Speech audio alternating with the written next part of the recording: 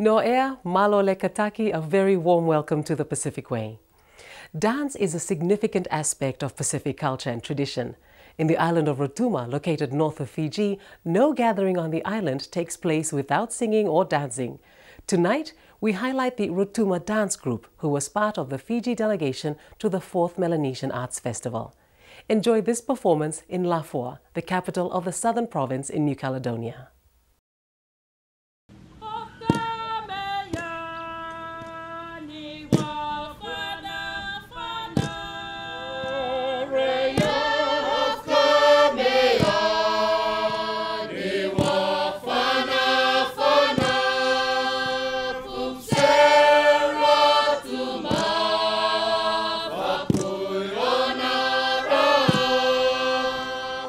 The chant itself may look very boring to the non-Rotuman, but for us, that is the most sacred part of our Rotong.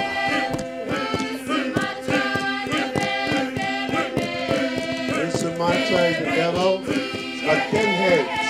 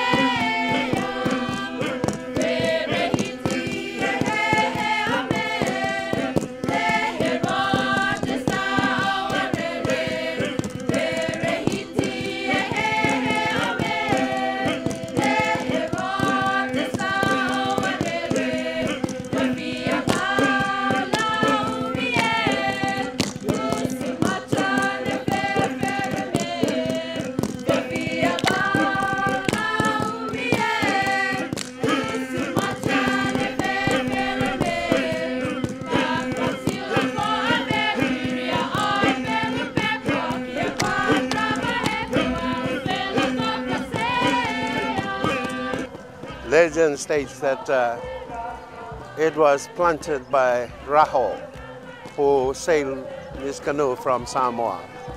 And he brought 2 baskets of sand, and he poured those 2 baskets of sand on a rock where Rotuma now stands, off Kamea. And from those 2 baskets of sand, legends say that's how Rotuma came to be.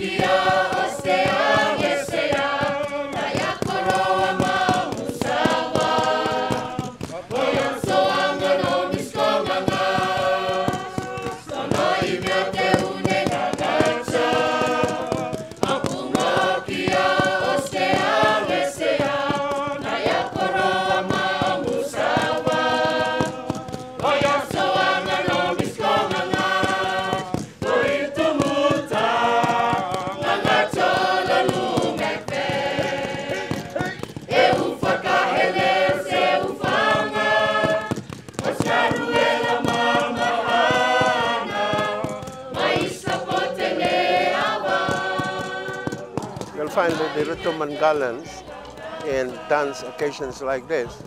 The men's got 7 stars, the women got only 1. I think this goes back to the rules of the animal kingdom. If you look at all other animals, the males, they're more colorful than females.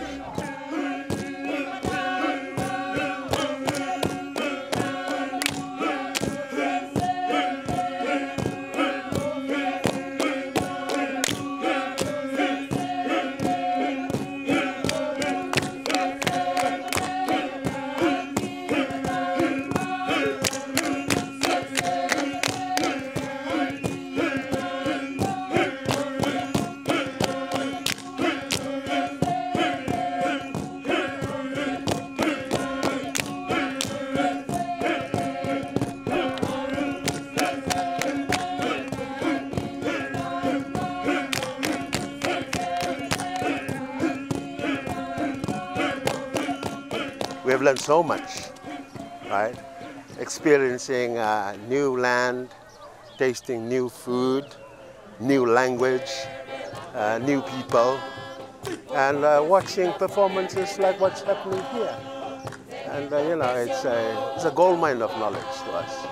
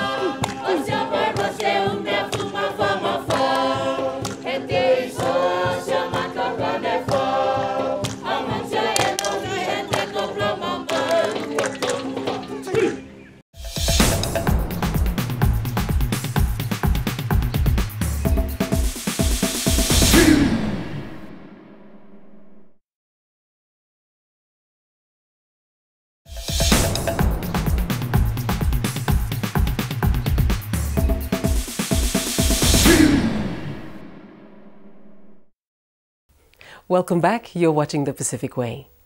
For hundreds of years, traditional knowledge and culture has been taught and carried from one generation to another. It's a very big part of who we are, our identity. But there's also growing concern that these sacred practices face increasing threat from exploitation and misuse. This next story highlights some of the efforts being made to protect the authenticity and value of our traditions and culture in light of the change in times. Traditional knowledge, or TK, as people are using that term, is the knowledge that is passed on through the generations. It comes from a particular area and it is part of the identity and culture of a group. Indigenous people have a lot of TK. It's oral mostly, it's passed on through word of mouth, or it might be performance-based. It's the encoded knowledge of ways of living that people pass on through all of those methods that Indigenous people have done through the centuries to encode their cultural practice.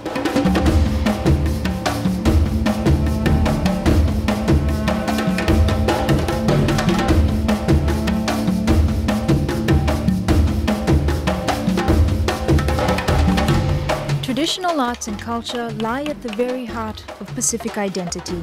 For generations, expressions of these practices have been freely shared. But with the onset of globalization and advances in information technology, demands and expectations are changing. Accompanying these is a growing concern among Pacific Island leaders that traditional knowledge, TK, and traditional cultural expressions, TCEs, are becoming increasingly exposed to the threat of being misused and exploited. culture has always been something that's evolving. I've always believed that culture has got very porous borders, and the ideas come through both ways. But what we're seeing happening now, especially perhaps I believe it's the effect of globalization and the media and everything, and how the world has kind of shrunk. What we're witnessing at the moment is perhaps a rate of change that is generally regarded by a lot of our local leaders, community leaders, as somewhat unpalatable. Change that is too fast. It ensures the effective protection. Who is going to participate? Various sectors from around the region, with support from international organizations like the World Intellectual Property Organization, WIPO, and the European Union, have been working to implement policies and laws that will help protect TK and TCEs in the Pacific. Conducted, the people in Kiribati with the idea. Tevi Tiaro is amongst regional representatives who have gathered for traditional knowledge workshop organized by the Pacific Islands Forum Secretariat and WIPO. His task is to assist in creating a legal framework that will protect the interests of the owners of TK in Kiribati. In my country, in my community, there is no capital I to begin with. There's only small I. And then, big WE, big we. What is important there is to, first of all, recognize that it's a community effort, because that will be reflective of the kind of ways we operate in Kiribati as a community-oriented group. Secondly, there has to be recognition of the experts. And I think the West-centric form of just recognizing one person comes halfway towards meeting what I would like to see, and that is you recognize the person, you recognize the family where he comes from or she comes from, and then the village, because ultimately these are tied together. For instance, it's not protected by copyright. Similar sentiments have been echoed by other Pacific Island countries during discussions on the progress and challenges they face with the implementation of the Traditional Knowledge or TK Action Plan. The action plan is significant in the sense that we're looking at providing that economic assurance and incentive for our people to actively look into utilizing their traditional knowledge, whether through commercial means or through cultural means. But the opportunity is there that we're safeguarding their rights, and the rest of us have obligations to respect those rights. It's been an evolution both in the region and also in the individual countries to look at ways of recognizing, protecting and enforcing traditional knowledge and also cultural expression rights. The Cook Islands, Fiji, Kiribati, Papua New Guinea, Palau and Vanuatu are the first to begin work on the action plan. The plan assists countries with the implementation of the Pacific Model Law, which addresses the protection of two main themes. The first is traditional biological resources, such as traditional plants and medicinal knowledge, and secondly, traditional knowledge and expressions of culture, for example, traditional arts, song and dance. It originated within the Council of Pacific Arts, whose members had become increasingly concerned with the lack of legal protection for traditional knowledge and expressions of culture, which was leading to just increasing levels of misuse and misappropriation. And they called for work to be done in this area. And what happened was they thought, well, perhaps the easiest way forward would be to develop a model that countries can just pick up and implement in each of their countries. And the benefit of that would be that there'd be consistency in approach throughout the region. So what happened was the SPC then brought together some legal experts who then developed the model law. It was endorsed at the regional Ministers of Culture meeting in 2002, and from there they've been taking it forward and trying to help countries to implement it. Filming and broadcasting the event. This is not a simple task for a region that boasts diverse cultures. The model law is not intended as a one-size-fits-all solution, but rather a guide that helps Pacific Island countries adopt policies relevant to their own TK priorities. What we need to do as representatives of our people is to be extremely vigilant and to make sure that we don't fall into the same trap again of just importing things completely, but to maintain a sharp eye, a sharp ear if you like, and if necessary a sharp tongue to express what we feel. The question of adapting the kind of ideas that we can adapt, we feel we can benefit from. We know we own what we own. We know what we want to protect. And we have ideas about how we can protect those. And these ideas that are now coming in, I regard them as no more than just tools and advice coming in from outside. And like advice and like tools, you have and you ought to use the options that come with that. Before we actually got into the formulation of the model law, Papua New Guinea, we ourselves funded a number of consultations in the country because people were beginning to discuss these things. Given the diversity of cultures that we have, a lot of people were getting concerned about the way other groups were using their own TK, whether it was expressions of culture or other things like traditional medicine and so forth. So we thought it was very important at that stage to fast track any development in the way of a legal instrument.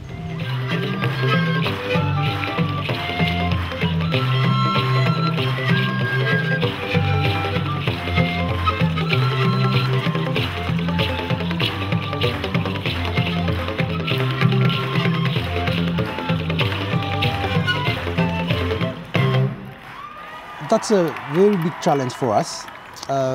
Like Solomons is a country that is made up of like islands, and each island, within one island, we have this diversity of cultures.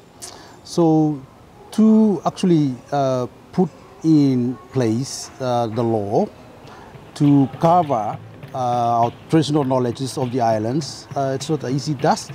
What we are looking at here is to do a fair coverage of the different cultural ethnicity groups in the Solomons, so that what comes out of the law it's representative of the society.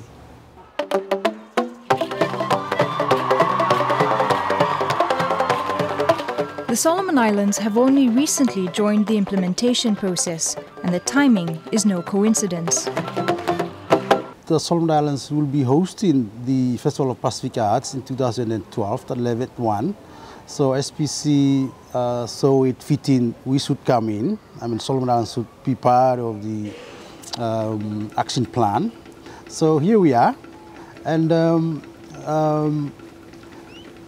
the aim now for us and for the country, Solomon Islands, is to implement the action plan and to have the law in place before 2012. We'll be using the law to protect the artists, the performers, and of course other cultural aspects from abuse from like professional photographers, filmmakers, and so on. So this is important for us, not as a country, but for the region. As a country, in the Solomons, I think some of our artists are very good artists, and with this, with the implementation of the law, the TK law, I think it will do a lot of good for our artists to safeguard their artwork, and so as the musicians and cultural performers.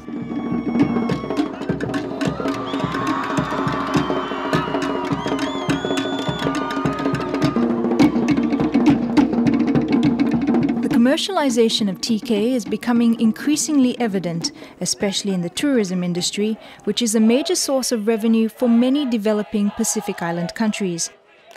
Learning to harness TK as an economic resource while safeguarding the interests of those who own it is vital. The Solomon Islands is working to do just that ahead of the upcoming festival. Getting new laws is a long track, so I will be working with the council of the festival to develop guidelines on how rights will be managed at the festival. For instance, what are the rights of being able to film at events, and letting people who are in the performances know where that image is going to be used. For instance, if you look at filming opening and closing ceremonies, most of the delegations would be happy for that to be broadcast back to the home countries, because it'll be their families and their friends that'll see them performing it, which is something that they'd be happy to engage with. But they probably don't want to see their footage used for a commercial in Germany for hair shampoo, or for a beer commercial, which are examples of things that have happened to images of Indigenous people. So the model will bring that into place. It's about allowing Pacific Islanders and Indigenous people to be in control of their cultural expression. And if that includes commercial benefits, that's one thing, but it might not start off that way. It might be just to guard the integrity of it, to make sure that they're attributed for it.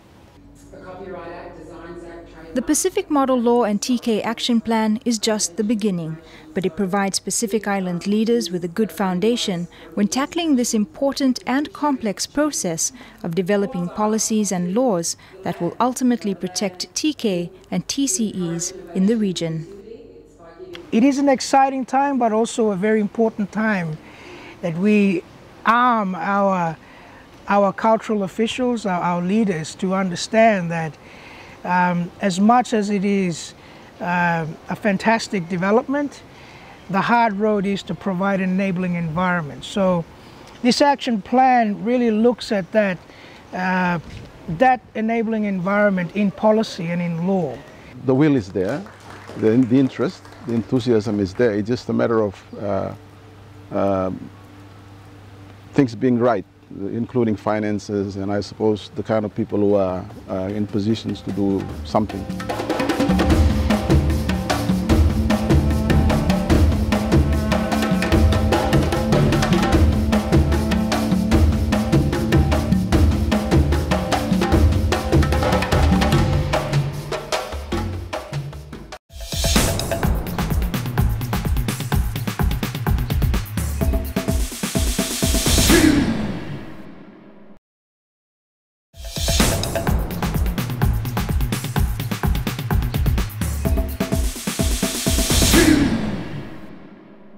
That's all we have time for tonight. A quick reminder before we leave, for more information on the Pacific Way, you can visit us at our website, www.sbc.int/RMC, or drop us a line on Facebook.